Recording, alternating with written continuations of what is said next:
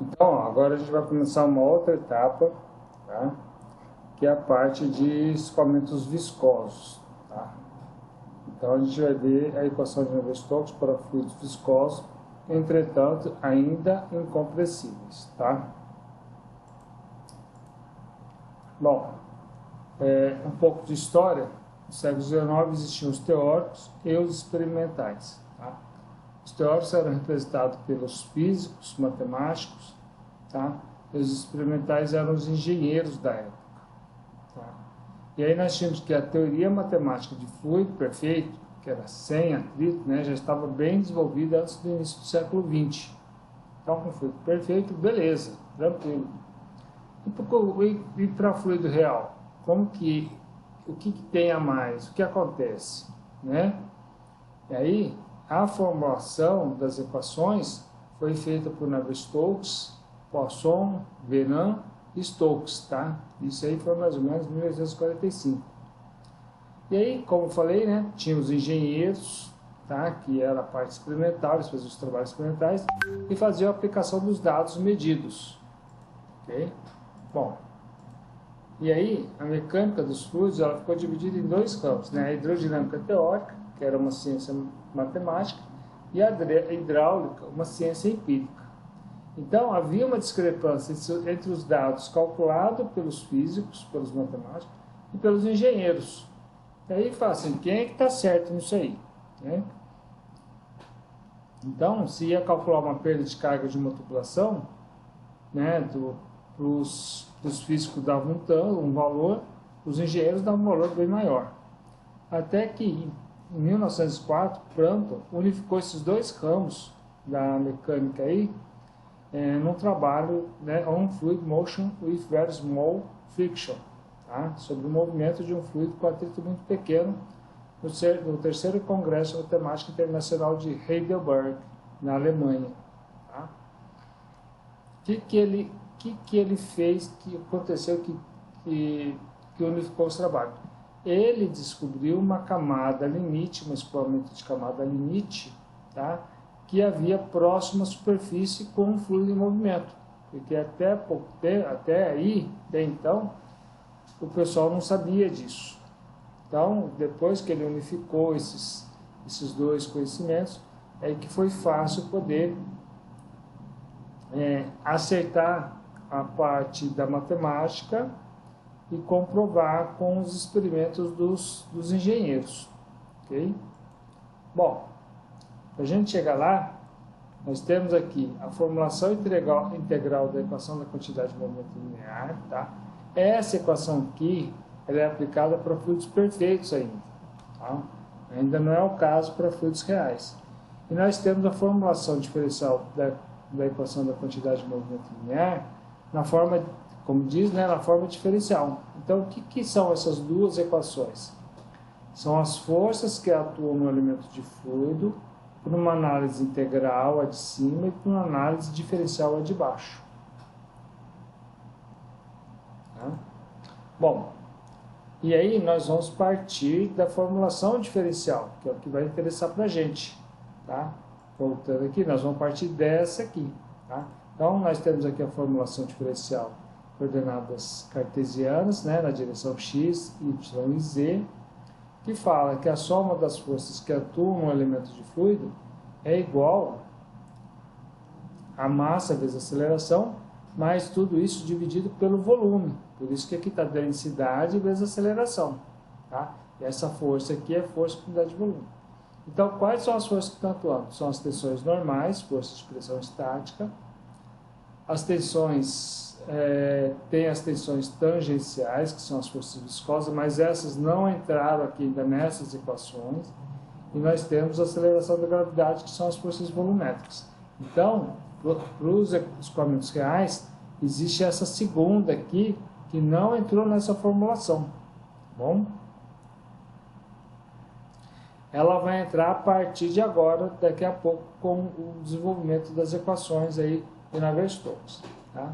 Então, ó, em estática dos fluidos, tá? Isso aqui, ó, é igual a zero. Ó. Esse somatório de força, nós temos a gravidade e a pressão. tá? Que são as tensões normais. Isso aí é igual a zero porque o fluido está parado. Aí tem a equação de Euler do movimento, que é essa mesma equação, só que agora, ao invés de ser zero, o fluido tem uma aceleração. Tá? Então, essa é a diferença. Bom, o que falta incluir? Falta incluir as forças viscosas. Tá? Bom, e de onde vêm as forças viscosas? Vem da tensão desses elementos. Tá? Se nós tivermos duas placas, uma parada e outra em movimento U, tá? Se for uma relação linear de velocidade, a tensão desses elementos é μ derivada de U em relação ao dy.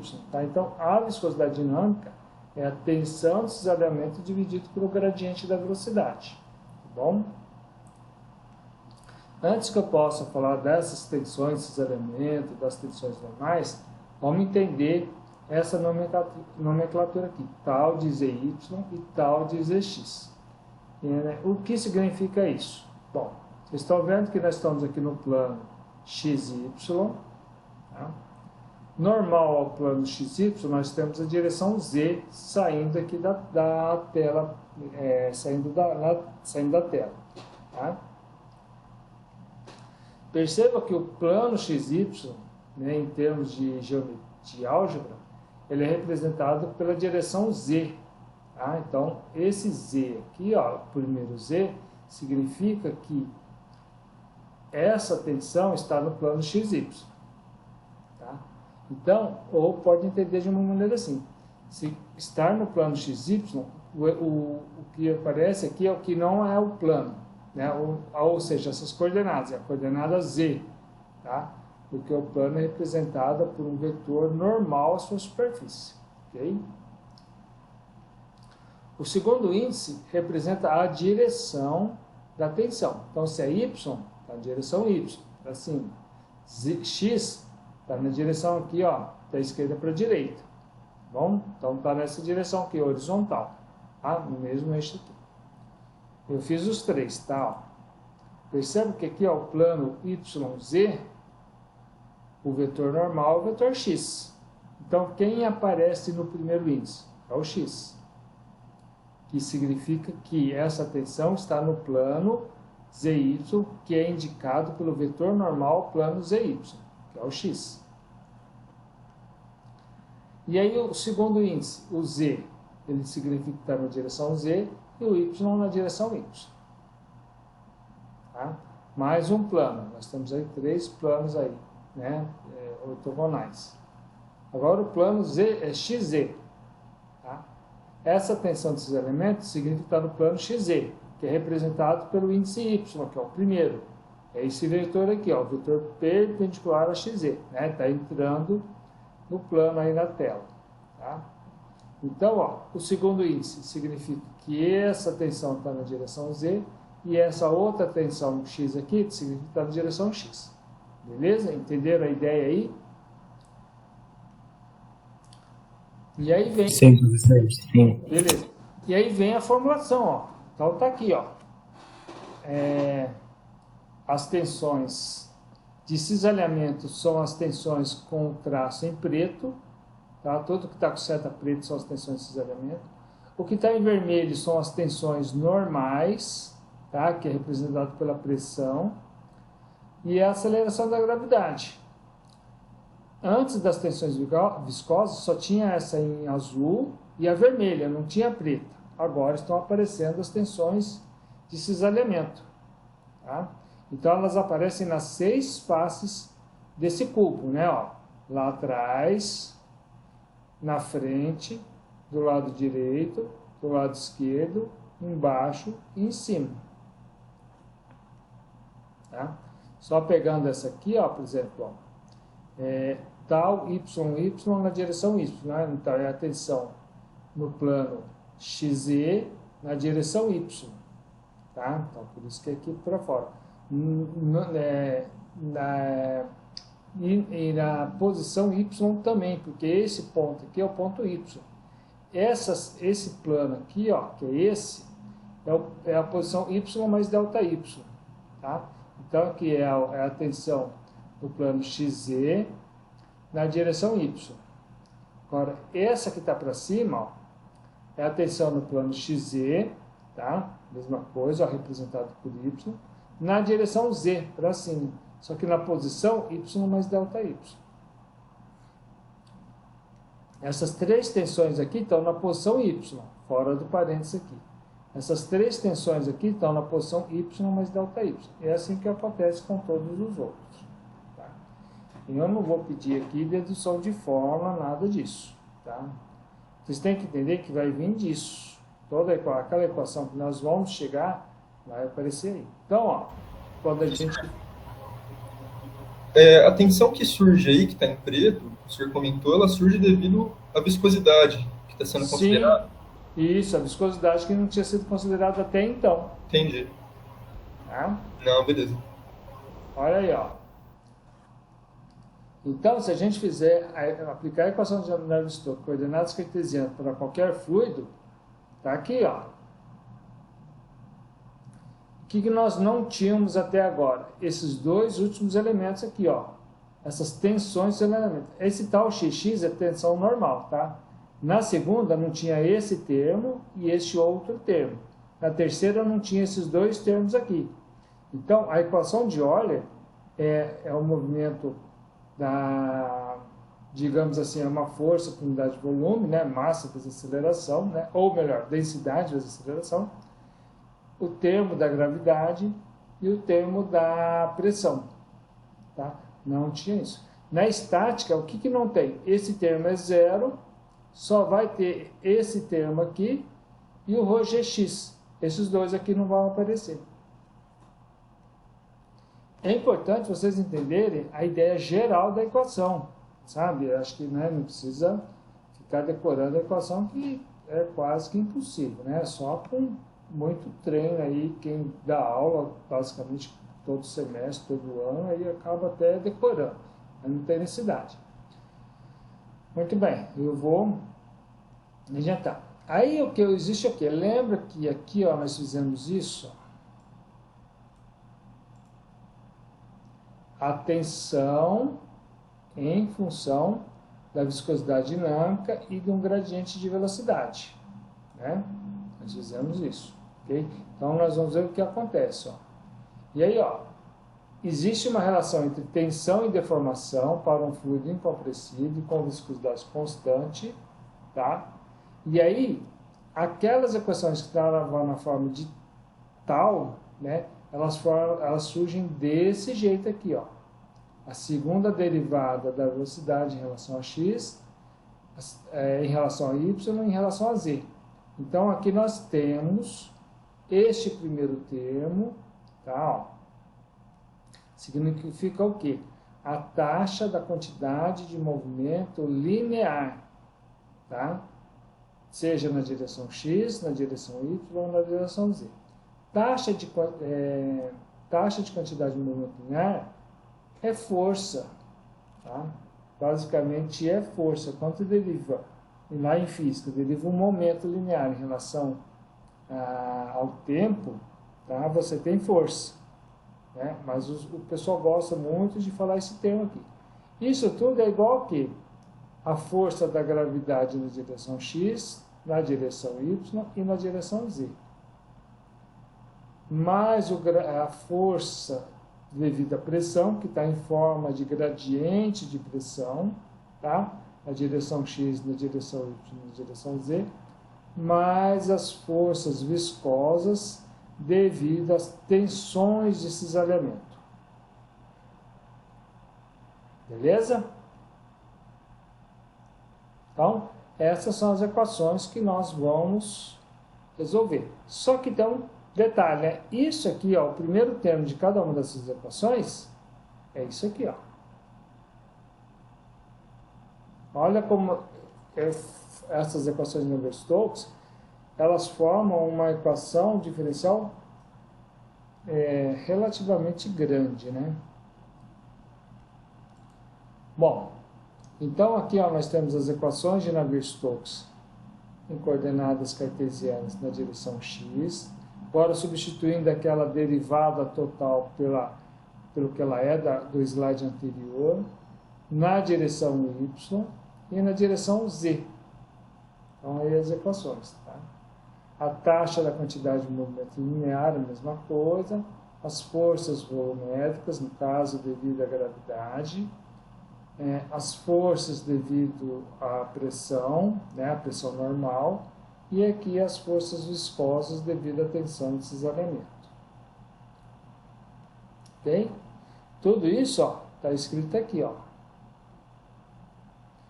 Então, a taxa de força sobre o elemento do fluido por unidade de volume ou taxa de quantidade de movimento linear. Segundo termo, força gravitacional por unidade de volume. Claro, tudo por unidade de volume, tá? Terceiro, força devido à pressão sobre o elemento fluido por unidade de volume. E quarto termo, força viscosa, cisalhamento por unidade de volume. Beleza? Beleza. Então, nas equações de Navier-Stokes, o que nós temos? 3 equações e 4 incógnitas. Quem? Nós temos U, V, W e P. Tá? Então, nós vamos precisar de mais uma equação. Qual que a gente vai usar? A equação da conservação da massa ou da continuidade, que é a mesma coisa, na forma diferencial, em regime permanente, para fluido incompressível, em coordenadas cartesianas. E aí a gente tem um sistema com 4 incógnitas e 4 equações. Vamos resolver todo esse sistema completo? Não, impossível. Tá? Vou adiantar.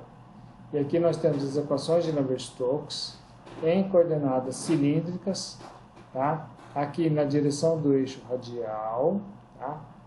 E o significado é o mesmo, taxa de quantidade de movimento linear na direção radial, as forças devido à aceleração da gravidade na direção radial, as forças devido à pressão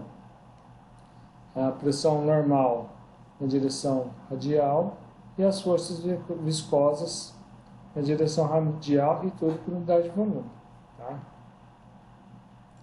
Aqui no eixo azimutal ou circunferencial, pelo θ. Aqui no eixo axial. Tá? Inclusive, para a gente resolver o escoamento dentro de um tubo, nós vamos partir desta equação aqui. Nós vamos ter as simplificações e nós vamos resolver. E aqui a equação da continuidade em coordenadas cilíndricas. Tá?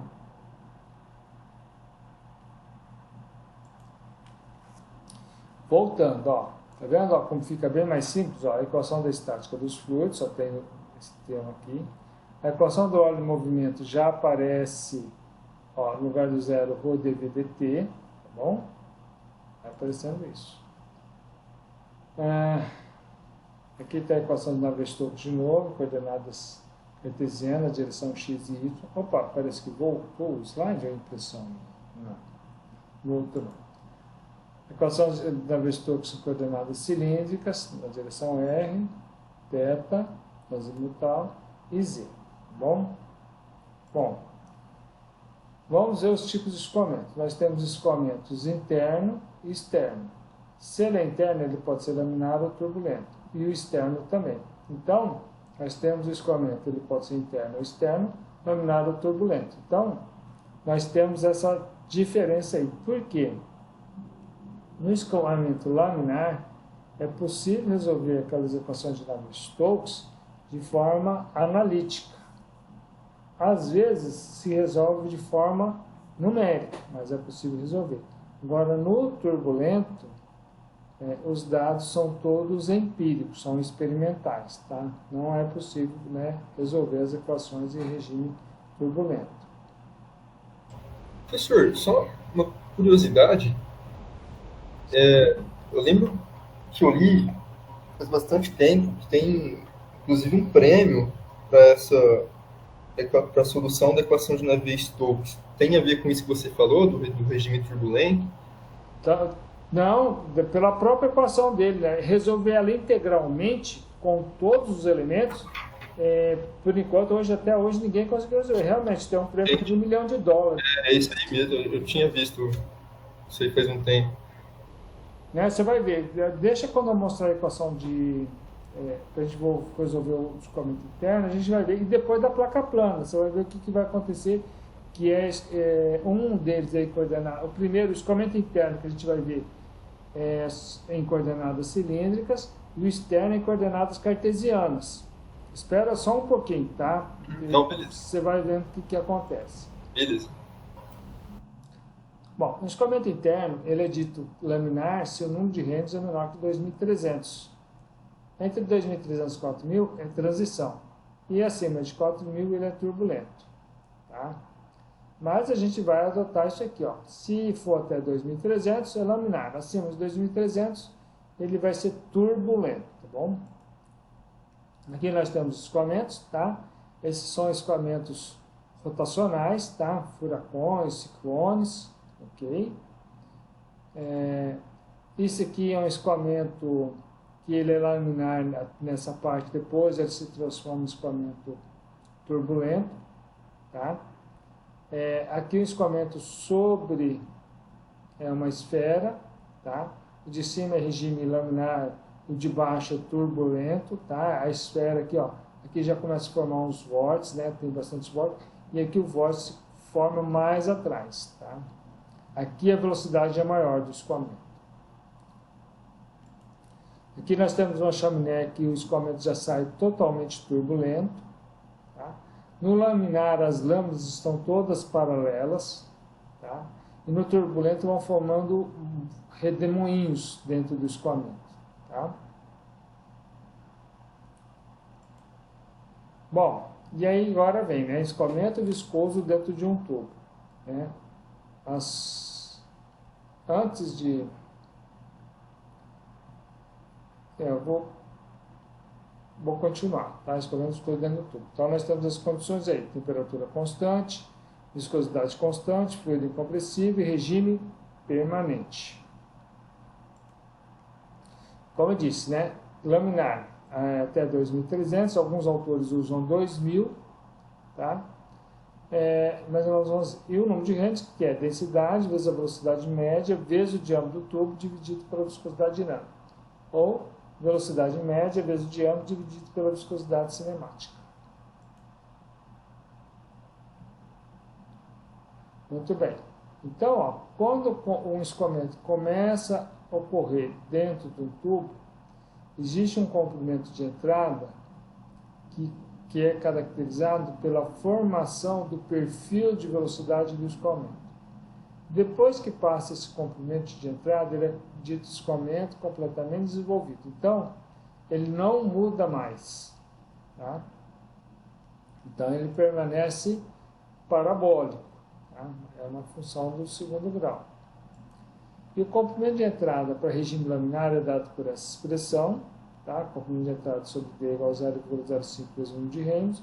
E o turbulento é essa outra expressão aqui. Muito bem, vamos ver o que acontece. Então, as características, tá? O escoamento vai ser laminar, fluido incompressível, completamente desenvolvido, regime permanência e ausência de rotação. Né? Ele não vai girar em torno do eixo Z. Se ele não vai girar em torno do eixo Z, ele não tem a velocidade de Vθ. Ele só vai ter a velocidade na direção Z. E essa velocidade da direção Z é função da posição radial. Porque depois que está completamente desenvolvido, a velocidade aqui no meio, nesse ponto, e nesse ponto é a mesma, que é a mesma aqui e que é a mesma aqui. Tá? Então, a velocidade Z vai variar com o raio. Tá? Por exemplo, no centro, a velocidade é máxima, mas quando a posição radial é o raio, aqui na parede do tubo, lá de dentro, a velocidade é zero. Tá? Bom, então, como ele não tem velocidade na direção radial e nem na direção circunferencial, a velocidade vai ser zero. Tá? Então, nós estamos aí já fazendo o quê? Simplificações da equação de Navier-Stokes em coordenadas seguintes no eixo Z. Perceba, olha o tamanho da equação diferencial. Então, nós temos as variáveis Vz, Vθ só temos Vz e Vθ. Né? E Vr, temos Vr, 3. Temos o tempo, temos o R, temos o θ, temos o Z, temos a pressão, tá? Temos tudo isso, tá? Entretanto, nós vamos simplificar isso porque não é tudo isso que acontece, né? Ó, regime permanente, esse termo é zero, não tem a velocidade VR, tá? Ela é zero. O VZ em relação a R tem, isso aqui existe, tá? Mas esse aqui não tem, ele é zero. O Vθ é zero. Derivada de VZ com θ também é zero. VZ existe. Derivada de VZ em relação a Z não tem, é zero. É esse termo aqui que é zero. O tubo está na horizontal, então não existe esse termo. Tá? Existe um gradiente de pressão na direção Z, esse aqui fica. Aqui, ó, não tem a segunda derivada de VZ em relação a R. Existe. Existe a derivada de VZ em relação a R. Agora, a segunda derivada de VZ em relação a θ é zero. E a segunda derivada de VZ em relação a Z é zero. Tá? Então, ó, o que sobrou dessa equação? Sobrou isso. Só isso aqui. E a gente passa para o μ dividido aqui, ó, e ainda tem esse termo. E a gente junta esse termo aqui num diferencial só. É muito comum isso aqui acontecer. Tá? Então, perceba que toda aquela equação, ó, que era isso aqui tudo, se transforma simplesmente nessa equação diferencial. E as condições de contorno são quando o R é igual a R1, o VZ é igual a zero. Quando R é igual a zero, nós vamos ter um valor de Z que vai ser um valor finito. Na verdade, ele é um valor máximo, né? Então, mais ele é máximo, mas ele é finito, né? É a maior velocidade que tem, que é no centro do tubo. Ok? E aí, ó, a gente acertou as variáveis, tá? A gente pegou esse R aqui, né? Tá desse lado de cá, a gente passou para o outro lado lá, tá? Passou o R para cá, e esse dr que estava aqui, ó, passamos para cá e a gente integra. A integral desse diferencial é o que está dentro do diferencial, que é esse aqui, ó. A integral de R dr é R ao quadrado sobre 2 mais a constante 1 de integração. Passa o R dividido, vai ficar R sobre 2, tá? Ao invés de R, e vai ficar C1 sobre R. Integrando a segunda vez, agora o dVz e isso aqui tudo, nós vamos ter VZ é igual a isso aqui, tá? Tem o R sobre 2, vai ficar R ao quadrado sobre 4. Vai ser um integral de dr sobre ln de R, vai aparecer mais a constante C2 de integração. E aí a gente vai substituir as condições de contorno na equação. Então, para R igual a zero, VZ tem um valor finito, aqui ó, escrito finito, esse termo vai dar zero, mais C1 vezes ln de zero, mais C2. Para que esse termo seja finito, porque o que acontece com a ln de zero não está definido, né? Então, C1 tem que ser necessariamente zero, porque zero vezes qualquer coisa vai dar zero. Tá? Está escrito, ó, eu acabei de falar isso, então C1 vai ser igual a zero, e aí vai ficar essa equação aqui, vai faltar o determinado C2. E aí a gente vai usar outra condição de contorno para R igual a R1, em que VZ é igual a zero, tá? Substituindo aqui, ó, a condição de contorno C2 vai ser menos 1 sobre μ, dp dz, né? Vezes R ao quadrado sobre 4. E aí, substituindo na equação diferencial resolvida, nós vamos ter essa velocidade em função da posição radial. Percebam que a velocidade é função do R ao quadrado, é uma função do segundo grau. Tá? Lembrando que esse dp dz é um gradiente de pressão negativo. Tá? A velocidade mais C máxima em R igual a zero. Então, a velocidade máxima substituindo, colocando R igual a zero, dá esse termo aqui, ó. né? Eu quero que só vocês prestem atenção, porque depois tem material para vocês, tudo. Tá? E qual é a definição de velocidade média? É 1 sobre a área integral de VDA. Bom?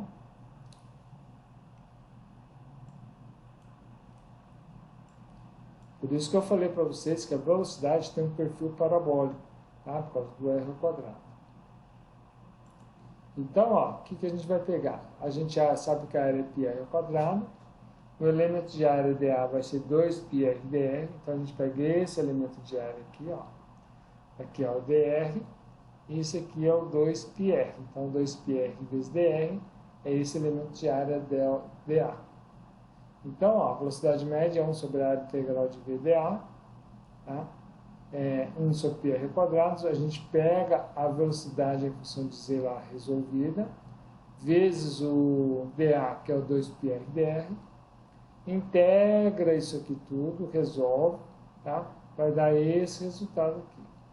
Tá? Por isso que eu não fico fazendo todas as deduções, senão a gente vai ficar doido aqui. E o que nós podemos concluir? Que a velocidade média é metade da velocidade máxima. Ou a velocidade máxima é o dobro da velocidade média. E aí, usando a relação entre velocidade e velocidade média, máxima, a velocidade do perfil é a velocidade máxima vezes 1 menos r sobre r1 ao quadrado. Tá? Essa equação, por isso que é chamada de, né, dessa forma fica mais simples. Tá? Essa aqui é uma equação do segundo grau. Sempre vai ser. Tá? Bom, já que nós falamos de velocidade média, vamos ver aqui vazão volumétrica. O que é a vazão volumétrica? É metro por segundo, litro por minuto, né? Alguma coisa assim. Ou seja, é quanto de volume passa num determinado tempo. E é integral da velocidade vezes dA. Tá?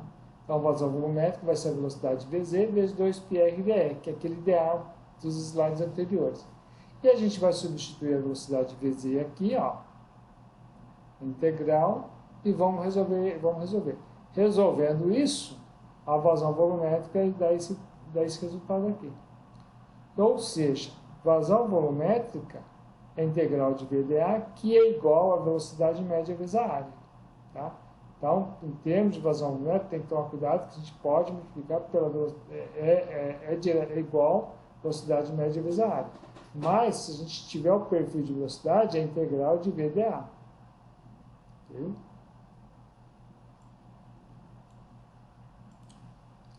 E aí, a vazão volumétrica em função da queda de pressão entre os pontos 1 e 2. Então, ponto 2.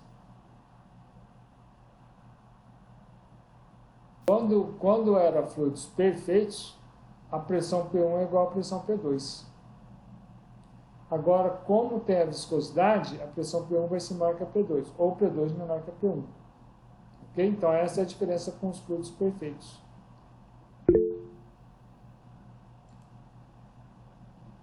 Bom, e aí, ó, ΔP, ΔZ é P2 menos P1 sobre L. Mas, ó, lembra que P2 é menor que P1, então dá um valor negativo.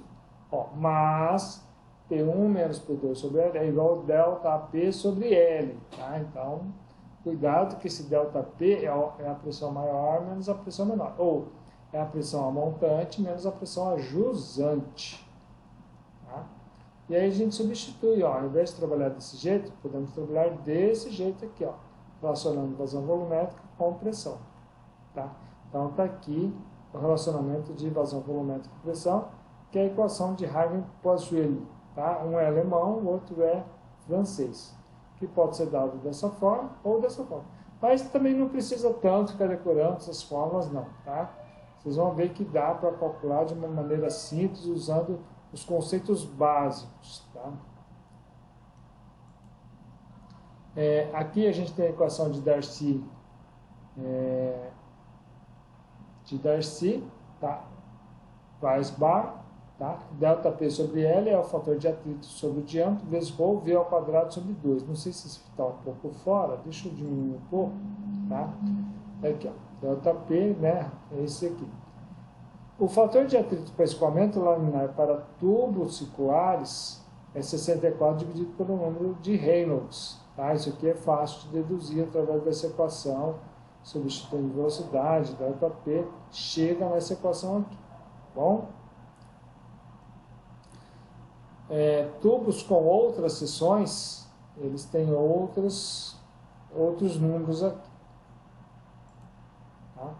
Ó, outras seções não circulares. Aí nós temos o diâmetro hidráulico, que é 4 vezes a área, dividido pelo perímetro molhado. Tá? A área da seção de escoamento, o perímetro molhado é onde o fluido está molhando a seção. Tá? Ó, o perímetro molhado é o componente da seção em que o fluido do escoamento está em contato. Né? Ó, diâmetro hidráulico de uma seção quadrada de lado A. 4 vezes a área dividido pelo perímetro. Então, o diâmetro hidráulico é 4 vezes a área, A ao quadrado, e o perímetro é 4A. Vamos supor que está cheio de água, tá? Então, 4A. Não vou trabalhar com fluido aqui pela metade, 1/4, 3/4, tá? A gente vai sempre trabalhar com ele totalmente cheio. Um triângulo, tá? De lado A. 4 vezes a área, que é A ao quadrado raiz de 3 sobre 4, dividido pelo perímetro, que é 3A. Então, o diâmetro hidráulico é A raiz de 3 sobre 3. Então, aqui, ó, nós temos, ó, fator de atrito para seções retangulares e triangulares, ó, desde razão A sobre B, ou seja, o B indo para o infinito, né, é 96, né, até um quadrado, que é o 57. Tá? O fator de atrito é igual a 57. E aqui, com uma seção triangular, um θ em graus, tá? E o fator de atrito indo de 48 e indo até, aumentando, né? Depois voltando para 48. Beleza?